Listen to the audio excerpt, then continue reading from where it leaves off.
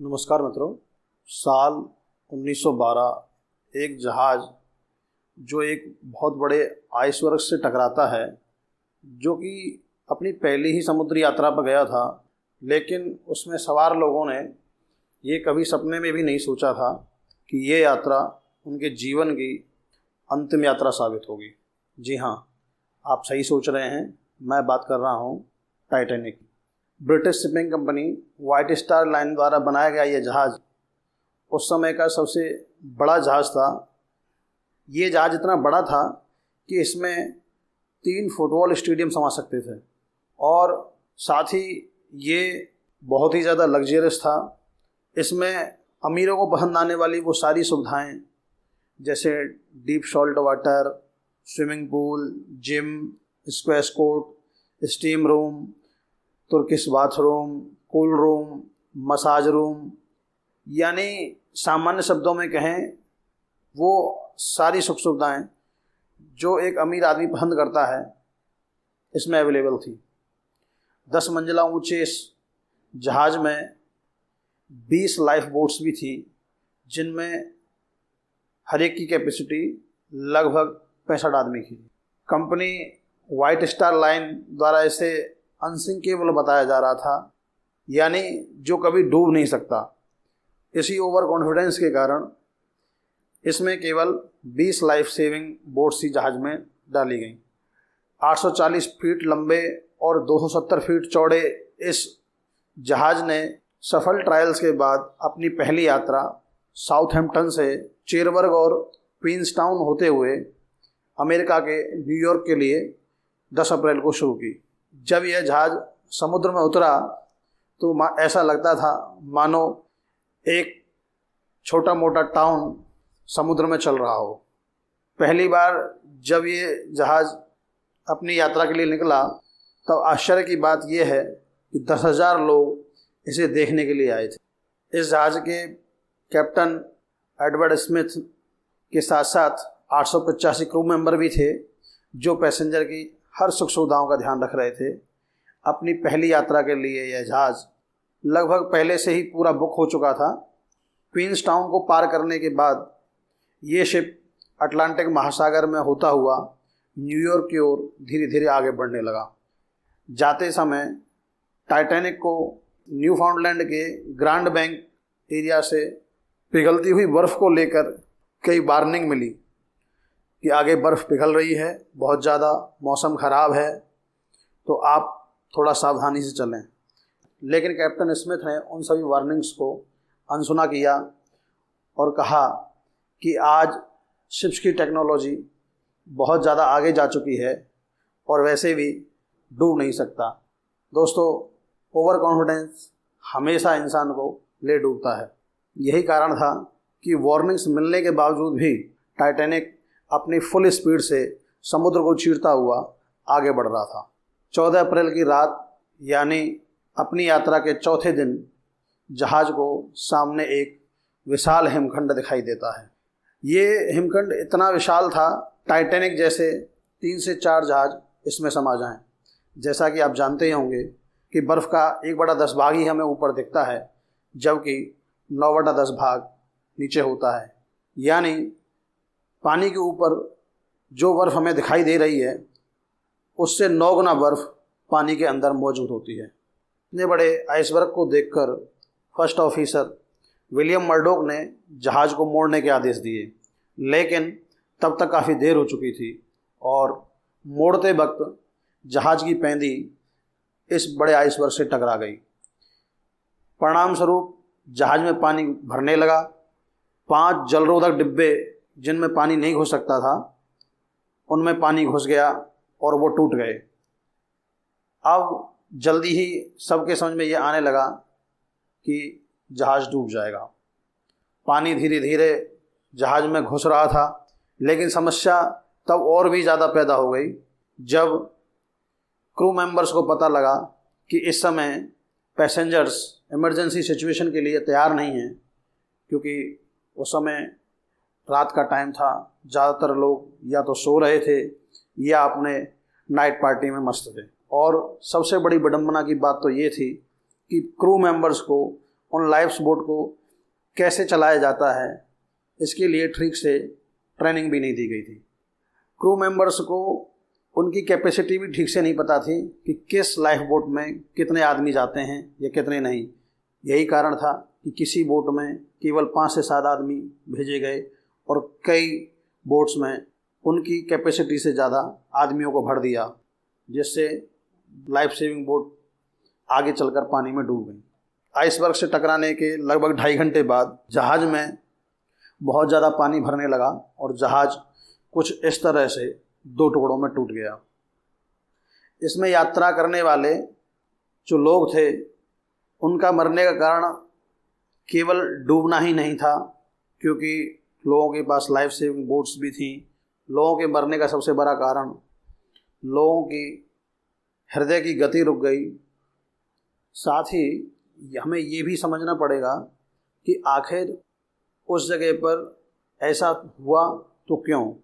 उसका कारण ये है कि यह जगह जहाँ पर टाइटैनिक टकराया वहाँ पर ठंडी जलधारा और गर्म जलधारा दोनों आपस में मिलती हैं। विश्व में जहाँ जहाँ भी ठंडी जलधाराएँ और गर्म जलधाराएँ आपस में मिलती हैं वहाँ एक धुआं सा क्रिएट हो जाता है, जिसके कारण होता यह है कि आगे कुछ भी देख पाना बड़ा मुश्किल होता है।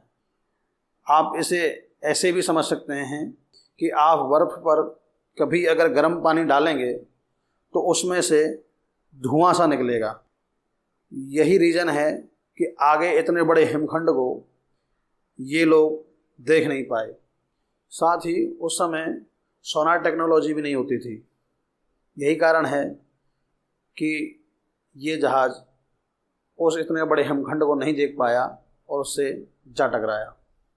इसका परिणाम ये हुआ कि 2240 पैसेंजर में से 1500 से ज़्यादा लोग अपनी जान गंवा बैठे।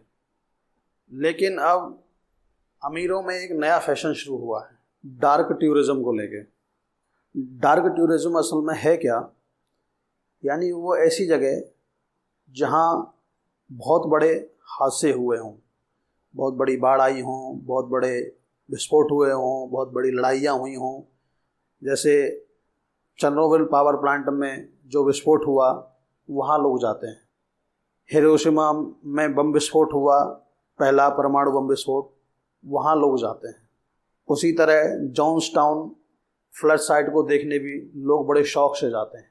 उसी कड़ी में अब समुद्र में पड़े इस जहाज़ के अवशेषों को देखने के लिए 5 लोग, हामिश हार्डिंग जो कि एक ब्रिटिश बिलियनियर थे, एक French dive expert Paul Henri, Pakistani businessman Shahzada Dawood और उनके बेटे सुलेमान, और ओशियन गेट कंपनी के CEO स्टॉकटन रस भी थे। अब थोड़ा इस ओशियन गेट कंपनी के बारे में समझते हैं। असल में ओशियन गेट एक अमेरिका की कंपनी है जिसका मेन काम टूरिज़्म को लेके है। छोटी मोटी डिस्कवरीज भी ये करती है। ज़्यादातर काम इसके कमर्शियल पर्पस को लेके होते हैं और ये छोटे छोटे सबमर्सिबल्स लोगों को अवेलेबल कराती है। यहाँ एक चीज़ और समझने की ज़रूरत है कि सबमरीन और सबमर्सिबल दोनों में अंतर है। सबमरीन बहुत बड़े होते हैं, खुद चल सकते हैं या कोई और चला भी सकता है। एक बार में 30-40 दिन 50 दिन तक का खाना पीना, ऑयल, सारी चीज़ें इनमें रखी जा सकती हैं। वहीं ये सबमर्सिबल, इनमें 5 से 7 आदमी आ सकते हैं। इनकी जो यात्रा होती है वो मुश्किल से 8-10 घंटे तक की होती। दूसरा, इनकी लंबाई बहुत ज़्यादा नहीं होती। सबमर्सिबल असल में समुद्र में जब नीचे जाते हैं तो वो अपने मदरशिप से हर समय कनेक्ट रहते हैं। दूसरा, एक बात ये भी है कि इन सबमर्सिबल को आप अपने आप अंदर से खोल नहीं सकते। यानी अगर नीचे जाने के बाद आपको कोई संकट महसूस हो रहा है तो ऐसा आप नहीं कर सकते कि नीचे से धक्का दो और ये फट से खुल जाए और मैं इसमें से बाहर निकल जाऊं। ऐसा पॉसिबल नहीं है। जो पनडुब्बी इन 5 लोगों को लेके गई थी वो लगभग 6.7 मीटर लंबी और 2.8 मीटर चौड़ी साथ ही इसमें आगे की तरफ एक छेद था जिससे कि आप नीचे समुद्र में जाकर टाइटैनिक के साथ साथ समुद्र में होने वाली और हलचलों को भी बड़ी आसानी से देख सको।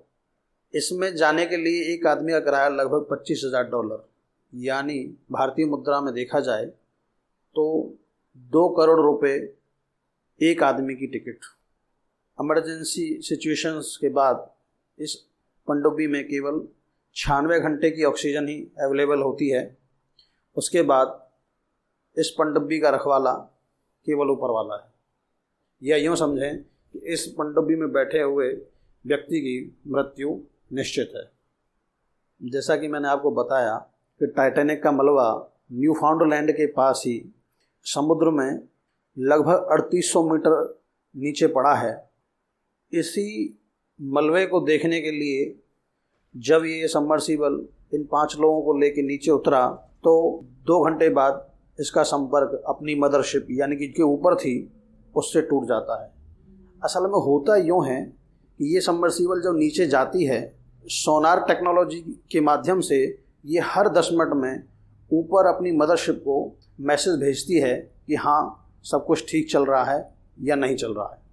लेकिन जब 2 घंटे के बाद इसके कोई मैसेज प्राप्त नहीं हुआ है तो चारों तरफ अफरा तफरी मच गई।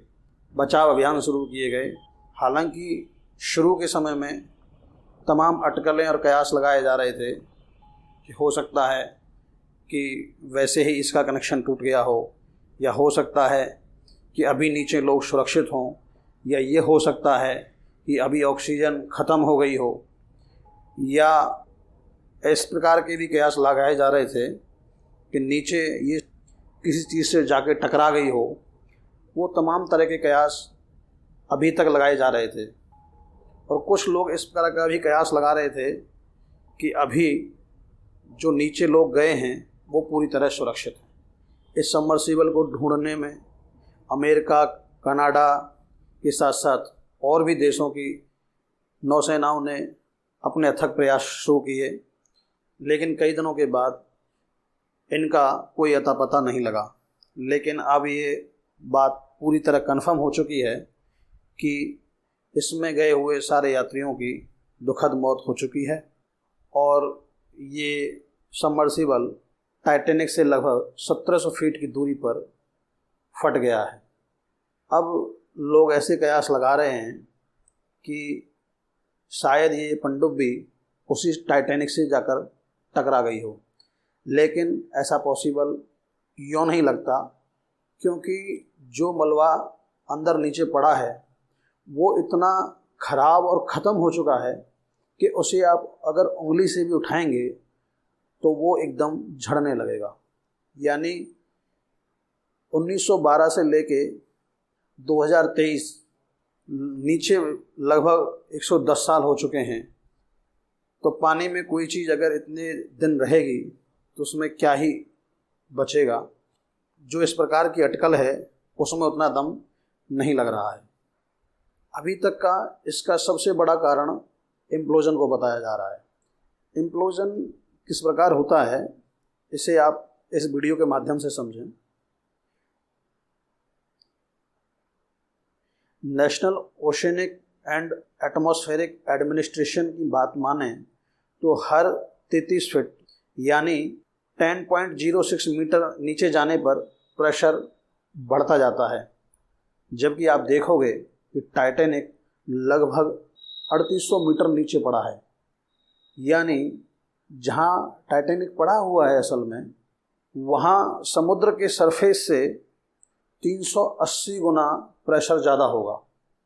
तो इतनी गहराई पर इम्प्लोजन होना कोई आश्चर्य की बात नहीं है। हालांकि अभी तक इस विषय पर भी पूरी तरह कुछ कह पाना संभव नहीं है और अभी ये एक रिसर्च का विषय है, उसी के बाद कुछ कह पाना संभव होगा। अब एक बात ये समझते हैं कि आखिर इन अभियानों को लेकर इतनी दिक्कतें समुद्र में आखिर क्यों आती हैं। उसके कई रीजन्स हैं। पहला, समुद्र का नीचे जो सरफेस है, नीचे का जो तल है वो समान नहीं है, एक जैसा नहीं है।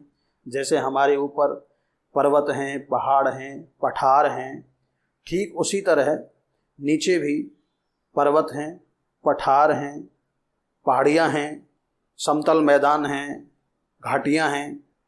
इसका एक दूसरा कारण ये भी है कि समुद्र के नीचे पानी में न तो जीपीएस काम करता है और न ही विकिरण।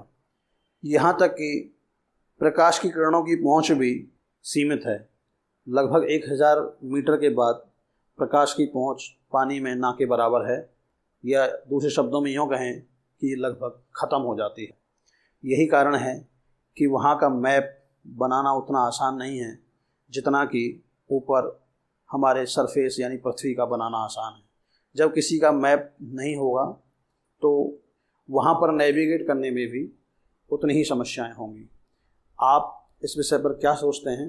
अपनी राय कमेंट सेक्शन में ज़रूर रखें। धन्यवाद।